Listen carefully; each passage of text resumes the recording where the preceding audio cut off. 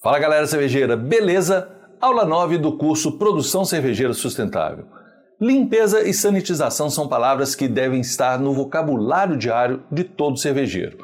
Ao produzir produtos alimentícios, as possibilidades de contaminação não são remotas. A asepsia e os cuidados básicos nesse processo podem evitar consideráveis desperdícios. Eu sou Luiz Villani, formando do curso superior em Tecnologia de Produção Cervejeira da Faculdade Anhanguera. Essa aula faz parte do projeto de extensão Produção Cervejeira Sustentável. E esse é o canal Vilas Universo Cervejeiro.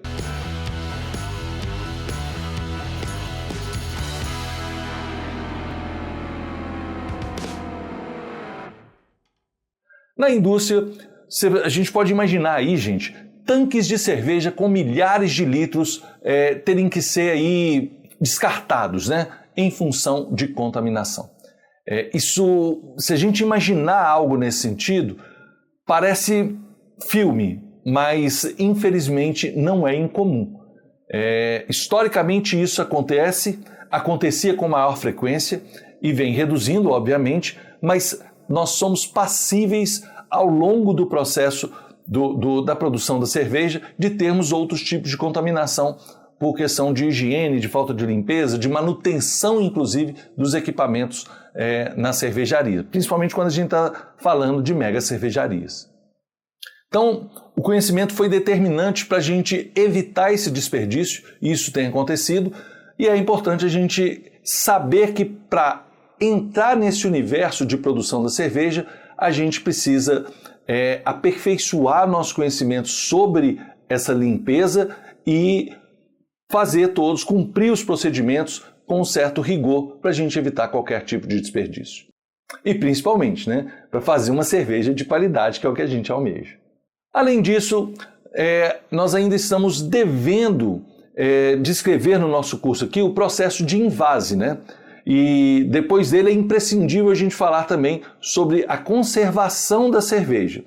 Cervejas, adiantando um pouco, cervejas mal acondicionadas, seja na fábrica, no distribuidor, no ponto de venda ou na própria casa, na nossa casa inclusive, ela pode perder consideravelmente as suas propriedades sensoriais, né? E isso vai implicar em diminuição de alguns sabores, de aromas e ela, dependendo da forma de acondicionamento e do tipo de embalagem, a gente pode, inclusive, ter essa cerveja intragável no final, só por armazenar ela de forma inadequada. Confira a nossa penúltima aula, então, e saiba como evitar tudo isso. O invase é uma etapa teoricamente simples, mas que também implica em processos químicos. Durante a fermentação, as leveduras elas transformam os açúcares, como a gente já viu, em álcool e dióxido de carbono, né? O CO2, popularmente conhecido como gás carbônico, né?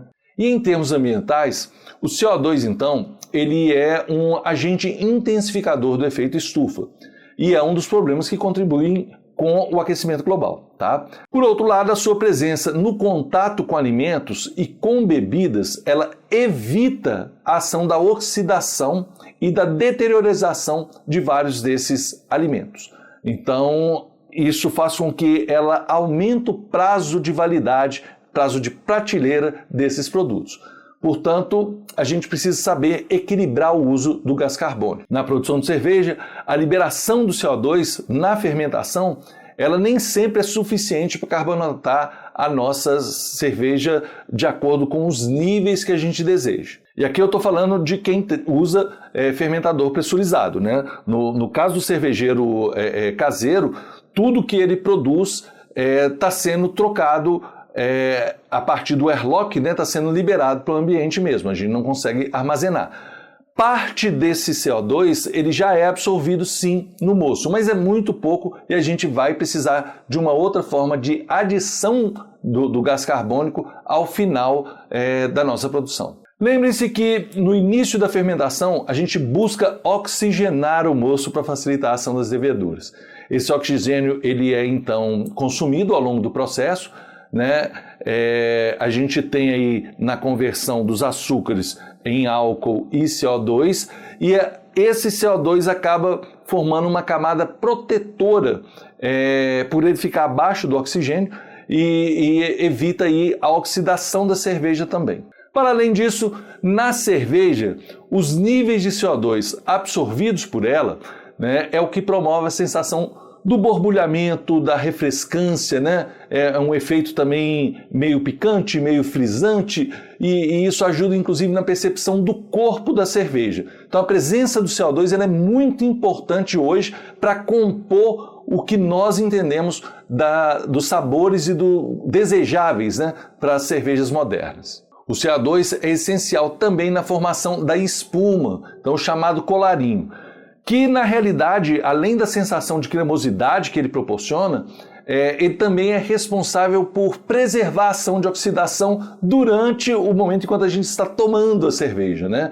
Então ele evita a perda de gás, deixando a cerveja mais carbonatada e mais agradável durante todo o processo enquanto a gente está bebendo, né?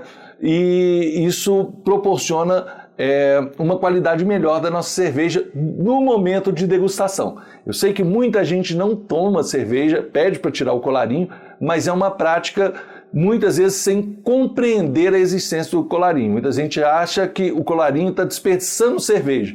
Eu estou colocando espuma e deixando de ter o líquido precioso. E na realidade ele preserva melhor esse líquido. Inclusive, a persistência e duração do colarinho é um indício de uma cerveja de boa qualidade, tá? Então a gente deseja que essa espuma, quanto mais persistente e resistente no copo, ela é um indicador de uma qualidade de cerveja, inclusive, tá? Então é importante a gente conhecer mais um pouco também sobre essas questões do universo cervejeiro. Claro que isso tudo depende, inclusive, do petisco que a gente está acompanhando ali, né? O contato da nossa boca com alimentos gordurosos, ele acaba favorecendo aí também para a redução do colarinho. Então, a gente tem que saber também o ambiente que a gente está para exigir também o colarinho ou a persistência desse colarinho de forma adequada. Cada estilo de cerveja possui um volume recomendado de CO2, tá? As ales inglesas, por exemplo, elas são menos carbonatadas que as ales belgas. As lambiques e as cervejas de trigo, diferentemente disso, elas são cervejas com uma intensa carbonatação, que chega inclusive a dobrar o valor da carbonatação das cervejas ales inglesas. E por meio de manômetros, então, acoplados às garrafas ou em barris, é possível a gente medir o volume do CO2 presente nesses recipientes. E esse é, portanto, um importante aí controle para a gente se fazer, para entender se nossa cerveja já está pronta ali para o consumo. Na produção caseira, existem cálculos que permitem estimar o volume de CO2 que a gente fará, que a gente terá na cerveja, na realidade, né? A partir de um processo de refermentação que vai ser provocado na garrafa por meio da adição de uma calda de açúcar, que é o chamado priming, na nossa cerveja já pronta e engarrafada. A cerveja pronta, a hora que eu engarrafei, eu adiciono a calda de açúcar e aí eu vou prensar a tampinha. Essa estimativa ela é feita pela concentração de açúcares que a gente adiciona ali nesse volume de cerveja, né, ou no barril, e ela será refermentada por ação ainda de leveduras residuais que continuam presentes na cerveja. Inclusive a gente percebe que algumas cervejas, principalmente isso não está mais tão comum, mas antigamente era bem comum, na cerveja de trigo é sempre comum a gente ter um sedimento no final, né? A gente tem um resto de leveduras ali de outros sedimentos no fundo da garrafa. Hoje nas cervejas artesanais já não é tão comum como foi antigamente esse processo. Quando começaram as artesanais, a gente tinha cervejas com mais sedimentos no fundo da garrafa. Mas dentre esses componentes ali tem leveduras que vão atuar então fermentando essa calda de açúcar e gerando CO2. Esse CO2 fica prensado, preso na tampinha e ele acaba sendo absorvido pelo líquido. Portanto, no processo de invase será necessário realizar processos para gerar o CO2, seja com a adição de priming, né, ou adicionar diretamente o CO2 por meio da injeção desse gás, né? O que a gente chama de carbonatação forçada no meio dos cervejeiros caseiros, principalmente, que usam esse método. O invase é, portanto, a última etapa do processo de produção da cerveja. Lembrem-se que, depois de todo o cuidado com limpeza e sanitização, o momento de invase não pode se descuidar novamente, né? Então esses procedimentos precisam ser considerados o tempo inteiro na produção. Uma sujeira nos recipientes, e vários deles são retornáveis, então a gente usa, a gente lava, sanitiza e reusa, mas se tiver uma sujeira persistente ali, pode contaminar a garrafa e estragar a nossa cerveja. Eu já tive contaminação sim por uma garrafa suja, tá? Uma única garrafa de uma leva minha estragou, e isso eu tenho certeza que foi em função de alguma substância que estava na garrafa que nós não percebemos no momento de lavar e não conseguimos retirar, talvez, e ela persistiu e a gente acabou perdendo uma garrafa. Já comprei também cerveja estragada de uma fábrica do sul do país. Eu registrei a foto, eu anotei o lote, enviei para eles um e-mail informando o lote o que tinha acontecido, até para eles saberem se esse processo tinha sido no procedimento de conservação dela, do manuseio dela pós a produção, ou se foi do próprio lote.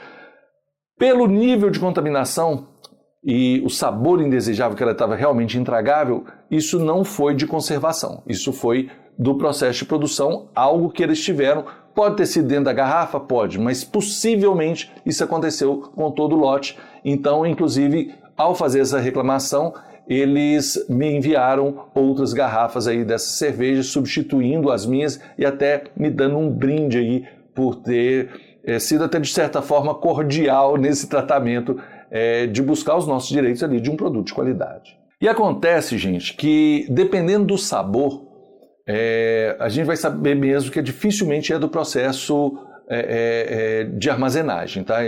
Processo inapropriado de armazenagem. Então, isso a gente vai falar mais para frente. Quais os tipos de sabores que a gente vai identificar pela armazenagem e comparando com a contaminação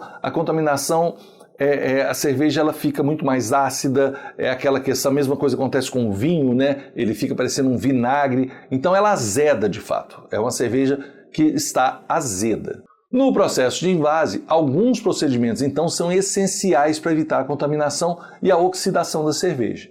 3 tipos de contaminação podem ser destacadas. A contaminação física, que é a presença de algum produto físico com a cerveja a partir de algum problema aí na linha de produção, como parafuso, material plástico, borracha, cabelo, algo que pode cair sobre o produto e causar alguma contaminação e mesmo o transtorno aí quando encontrado aí por alguém que abre o produto e encontra uma surpresinha dentro da lata ou da garrafa, né? Isso é constrangedor e a imagem da empresa ela fica extremamente comprometida.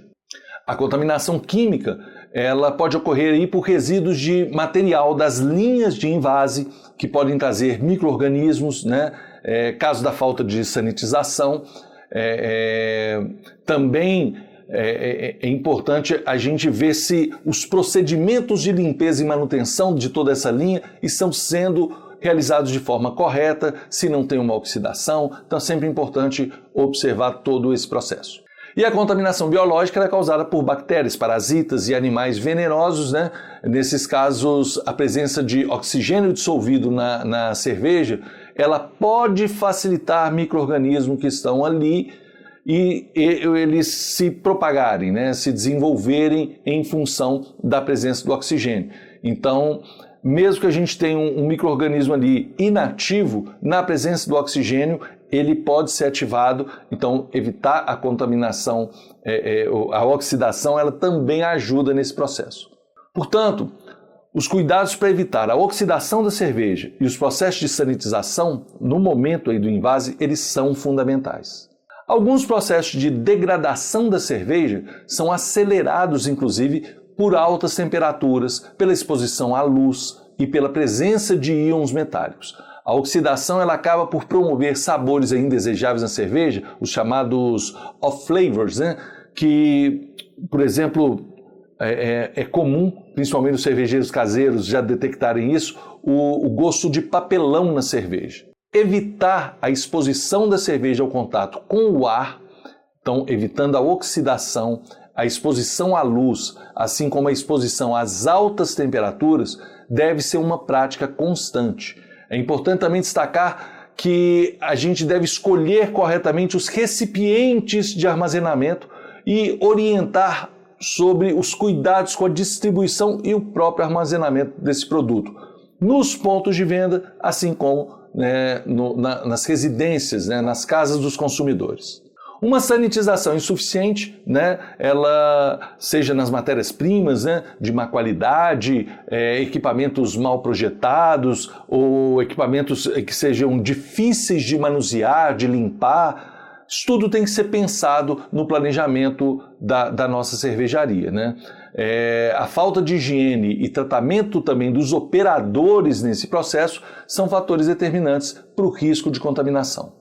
Isso ocorre também no ambiente doméstico. Uma boa limpeza no ambiente de produção, os cuidados com a higiene pessoal e todo o processo de braçagem, a fermentação, o envase, isso tudo vai ajudar muito nesse processo aí de sanitização e de evitar qualquer tipo de contaminação na nossa cerveja. Dizem, inclusive, que os cervejeiros caseiros eles chegam a pecar por excesso, Eu mesmo só passei por contaminação uma única vez, em mais de 10 anos, tá? Eu tenho aí centenas de levas de cervejas produzidas e só uma vez que eu tive o início, porque eu consumi essa cerveja muito rápido, mas ela já estava iniciando um sabor mais ácido. Algumas pessoas, inclusive, gostaram disso na cerveja, mas pelo estilo que eu tinha produzido, isso não era comum para aquela cerveja, então era um indício de uma contaminação e eu tive que informar isso para os meus amigos que estavam ali degustando minha cerveja. E os sanitizantes, eles são bem baratos, tá? A gente não precisa economizar isso, por isso que a gente fala que a gente peca pelo excesso, porque a gente usa o tempo inteiro ali, porque não tem um consumo muito alto. O consumo pode ser até alto, mas o preço dele, que é diluído, eu uso, por exemplo, o iodo, iodofor, ele ajuda demais. Pelo custo dele, a gente compra um meio litro e usa uma eternidade, Então a gente nem vê praticamente esse produto acabar. E enfim, chegamos aos métodos de envase. Em casa a gente faz isso manualmente, a gente lava as garrafas, sanitiza, enche uma por uma. Existe uma válvula de enchimento aí que nos ajuda a padronizar a quantidade ali, o headspace, aquele espaço que fica entre o líquido e a tampinha, que ele é importante também para o CO2 expandir e facilitar aí também a reabsorção dele na garrafa nesse sentido. Então é importante a gente sempre deixar esse espaço e entender que tanto quem faz a refermentação na garrafa quanto quem faz a forçada vai precisar deixar esse espaço no recipiente que ela está utilizando para a carbonatação. Nós não fazemos carbonatação em garrafas de vidro, tá? Carbonatação forçada em garrafa de vidro, porque a gente vai injetar um volume de CO2 alto ali, uma pressão alta e aí existe risco mesmo de quebra. Já tive garrafas estouradas com carbonatação de refermentação na garrafa, Essa refermentação, ela levou essas garrafas a estourar e quebraram várias garrafas na minha casa. Isso eu já tive. É uma super dosagem de açúcar na minha cerveja. Eu queria fazer uma cerveja mais carbonatada mesmo, mas eu perdi grande parte dessa leva e depois um cuidado enorme para levar elas para a geladeira, porque a geladeira ela inibe a atuação das leveduras. E aí eu vou acabar com essa possibilidade do aumento, ela vai diminuir a pressão ali, naquele momento. Então até eu abrir e aí sim dissipar toda essa carbonatação, é um procedimento mais correto. Mas até chegar do ambiente que ela estava a uma geladeira, foi meio tenso ali, eu coloquei uma série de proteção no meu corpo para eu com medo mesmo, porque elas saíram estourando, inclusive foi de madrugada, Então começou aqueles estouros dentro da minha casa, quando eu cheguei no quartinho, elas estavam todas estourando ainda e o líquido já escorrendo no chão. O mesmo é feito no caso de usarmos barris, tá? O problema maior do priming no barril é que a área de contato que fica da cerveja com o headspace, até o início da refermentação é muito grande e isso favorece o início da oxidação, inclusive, porque a gente vai estar com esse espaço ali até produzir o CO2 e ocupar aquele espaço, a gente tem uma área de contato maior do CO2, não é comum. Quando a gente tem o barril, é comum a gente já adquirir o equipamento para a gente fazer a carbonatação forçada, que acaba sendo muito mais rápida e eu gosto muito mais do resultado. Embora tem pessoas que acham que o priming ele é o artesanal raiz, então usa e gosta também do priming. Em barris, a carbonatação forçada, ela então é recomendável, porque a gente pode expulsar inicialmente todo o oxigênio do headspace, a gente injeta o CO2, purga, deixa sair todo o gás ali, injeta de novo e ali a gente vai expulsando o CO2 umas 2 ou 3 vezes ali purgando, a gente consegue então deixar só o CO2 em contato com a cerveja e isso vai facilitar o processo de conservação também dela. Agora, no invase de barris, o mais apropriado ainda seria fazê-lo por contrapressão. O barril deve ser plugado diretamente em um fermentador pressurizado e aí ele pela diferença de pressão, você consegue fazer a troca deles, que vem totalmente sem espuma, de uma forma adequada, adequada se a gente regular bem, Estando bem regulada, ela vem de forma adequada e diretamente sem contato nenhum com o oxigênio, favorecendo aí então as melhores práticas de higiene e sanitização.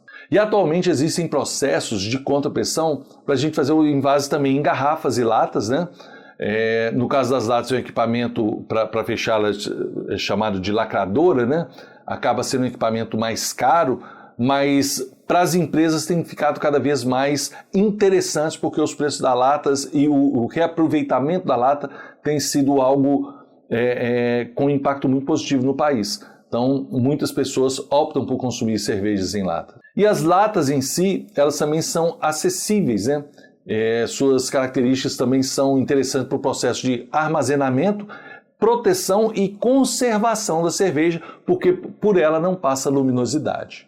Além do mais, o Brasil hoje destaca-se no reaproveitamento dessas latas, como eu disse, que torna esse método de invase aí uma prática sustentável. E aí, falando do nosso curso, é importante a gente falar sobre a possibilidade do invase em latas.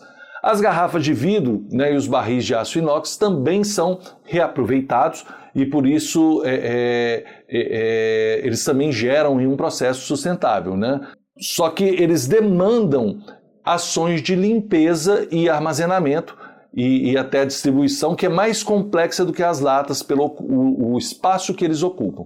Então, por isso tem que haver aí um bom planejamento e análise de todas as possibilidades e potencialidades de cada um dos processos de invase e qual recipiente que nós vamos utilizar. Já na indústria, as linhas de produção são mais eficientes, são automatizadas. Métodos como o gravimétodo, que utiliza uma célula de carga digital ou analógica que detecta a massa do recipiente, ali, o peso dela, e o tanto que ela deve preencher o produto a partir do momento que ela está sendo envasada, isso dá uma precisão maior de volume dessas cervejas e de controle automatizado até de padronização. E esse método possui uma grande precisão e quando há algum tipo de problema, pela detecção de diferença de peso no padrão, a garrafa que está cheia, então, ela é automaticamente retirada da linha de montagem.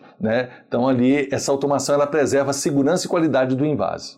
Outro método que se destaca na indústria cervejeira, é o de sensor de nível, que utiliza sensores para identificar o nível correto do líquido no recipiente. O sensor de nível ele é inserido na superfície superior, até que a cerveja atinja esse nível e essa técnica tem a vantagem de padronizar aí o nível das garrafas envasadas. E por fim, o armazenamento e a conservação da cerveja precisam de determinados cuidados. Os aspectos sensoriais da cerveja, eles podem ser alterados por práticas de armazenagem inadequada, o que interfere aí na conservação e em toda a padronização observada no processo de produção. Então, uma cerveja ótima que sai da fábrica com excelente qualidade, ela pode chegar no consumidor com a qualidade muito inferior e isso tem que ser observado, inclusive treinado no processo de logística mesmo de distribuição e armazenamento desses produtos. Ou seja, uma cervejaria pode ter sua qualidade colocada em xeque por culpa dos distribuidores, ou até mesmo pelo ponto de venda, ou ainda pelos próprios consumidores ao não saber como armazenar. A gente tem muito pouca informação sobre isso. Eu sei que tem gente que armazena a cerveja de forma inadequada e às vezes nem sabe porque a cerveja dele não está tão boa.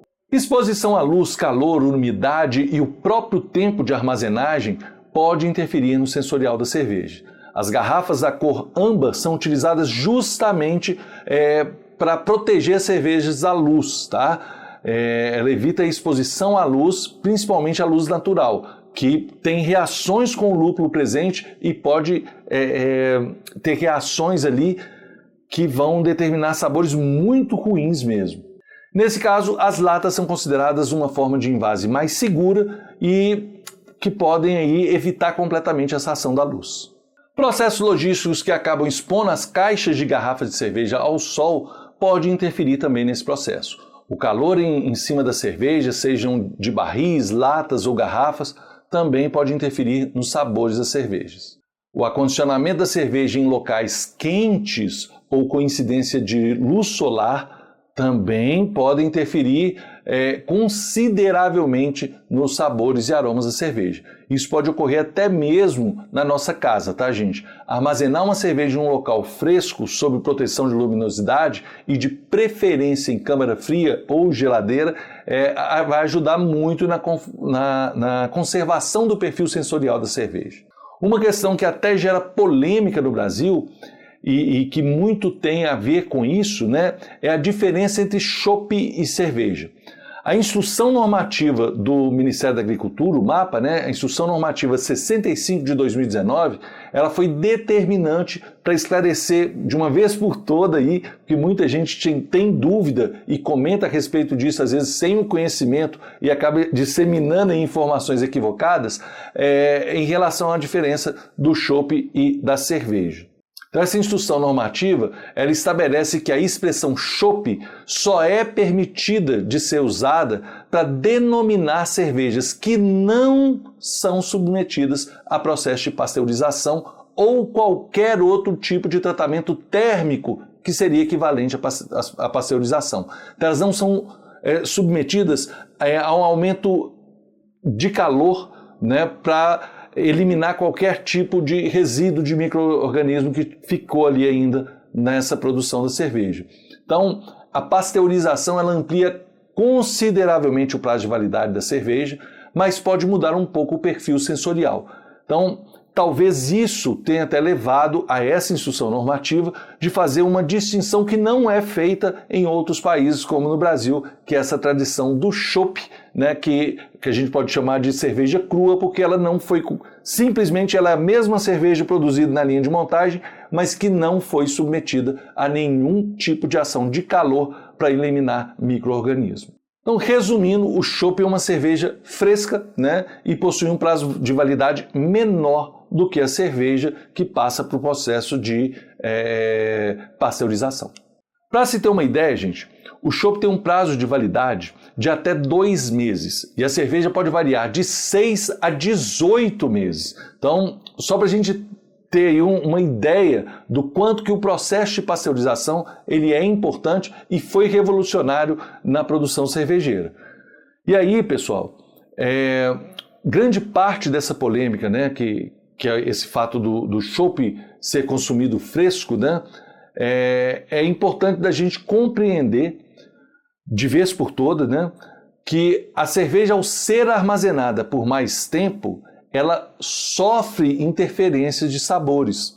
E aí muitas vezes a gente gosta muito do chopp e fala que eu prefiro o chopp que a cerveja porque você gosta de cerveja fresca, né? Você gosta da propriedade de uma cerveja fresca, que é o mais comum de fato, tá? Então essa é a grande diferença em relação a isso. Mas você pode ter excelentes cervejas pasteurizadas que, se consumidas pouco tempo depois que elas foram produzidas, elas ainda estarão frescas também. Então a gente não pode ter esse preconceito em relação às cervejas, não. O que a gente precisa observar com maior frequência são os prazos de validade. Comprar uma cerveja que já está com o prazo de validade vencendo é um risco muito grande dessa cerveja ter tido todos esses aromas e sabores transformados com o processo de armazenamento. Eu só fui perceber isso de uma maneira mais clara quando eu fiz um curso sobre como detectar os off-flavors nas nossas cervejas, né? Então, durante o curso a gente foi instruído a verificar as datas de validade e aí, às vezes, algumas pessoas falavam, tomando a mesma cerveja, claro que cada um tem uma percepção sensorial diferente do outro, mas às vezes faziam críticas que não eram pertinentes a esse tipo de cerveja, aquela marca de cerveja, e aí quando a gente ia ver a diferença da validade, a gente conseguia explicar por que ele estava percebendo sabores que não deveria estar percebendo. Então, o sabor da cerveja pode ser alterado sim com o tempo. Isso é possível constatar só com esse teste, né? Da gente realmente degustar uma cerveja velha e uma cerveja mais nova, né? Uma cerveja acondicionada no calor, no sol, e uma cerveja acondicionada em câmara fria. Então, isso ocorre também quando a gente toma a mesma cerveja em diferentes regiões do país. Chega a parecer, algumas vezes, que as fábricas são completamente diferentes, né? Mas na realidade a influência ambiental ali daquela cidade, daquele estado, daquela região, né, que às vezes é mais úmida, mais quente, outras mais secas, mais frias, também a forma e a distância logística de distribuição dessa cerveja, né? Às vezes ela passa por um tempo longo de exposição ao calor no transporte, e isso também pode afetar o sensorial e fazer com que a gente imagine que a cerveja dessa fábrica que está mais próxima da região Nordeste, por exemplo, é muito melhor ou muito pior que tal cerveja que eu tomei próximo do Rio Grande do Sul.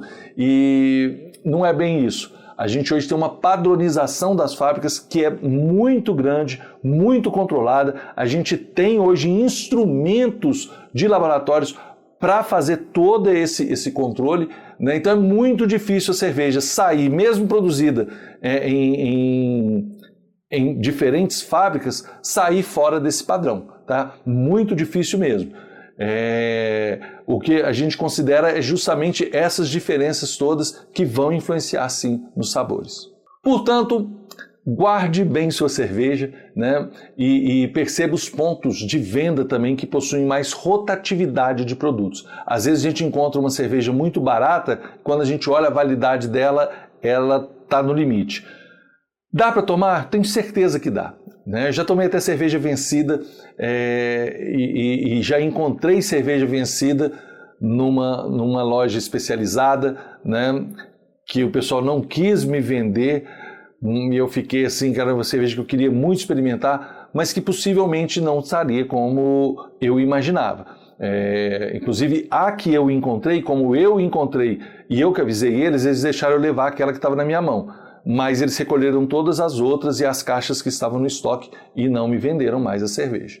Então esse fato de guardar, de não ter rotatividade, ela pode impactar sim, né, no sabor da cerveja. Então, quanto mais fresca, quanto mais nova essa cerveja, depende do estilo, tá? Nós também temos estilos que requerem esse envelhecimento e ações do tempo para ela maturar na própria garrafa, tá? Isso também acontece com a cerveja e é importante a gente saber disso também, né? Mas depende de um acondicionamento adequado, a mesma coisa que o vinho, né?